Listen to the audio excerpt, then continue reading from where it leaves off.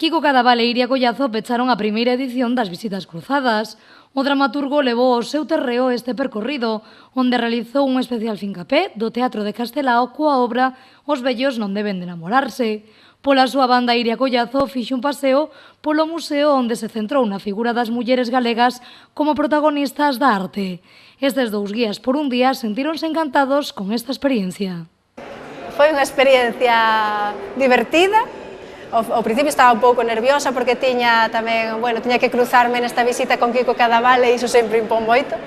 Pero foi divertido, paseino moi ben e sobre todo aprenden moito no museo e animovos a todos a que veñades porque ides aprender e idelo pasar genial.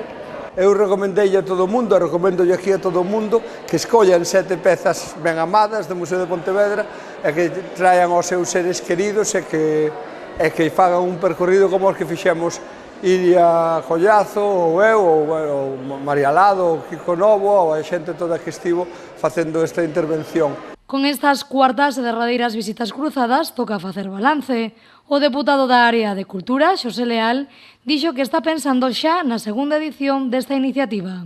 Eu creo que o que se tratou un pouquiño que era o de un pouquiño xenerar, digamos, como un petisco en persoas que non viñan habitualmente ao museo, pois xenerarlle esas ganas de volver a repetir o museo, creo que se xeneraron, creo que se deron visións moi diferentes e moi variadas do que é o Museo de Pontevedra, do que este sexto edificio máis o Sarmiento, e eu creo que hai que pensar xa en organizar unhas para o vindeiro ano.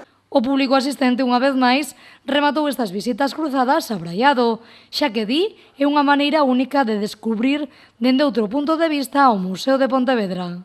Paréceme unha iniciativa fantástica, é unha maneira de achegar a xente ao museo e a velo con distintos ollos, porque eu, por exemplo, persoalmente que teño visitado o museo, teñome parado diante de cadros que nos paramos hoxe e vin outras cousas. Pois me parece unha idea moi interesante, non? Porque é unha maneira de ver o museo totalmente distinta, non? E aparte tamén o contraste de estás con dúas persoas que te explican, un te explica dunha maneira moi sui generis e outra dunha maneira tamén moi sui generis, pero totalmente distinta que outra, non?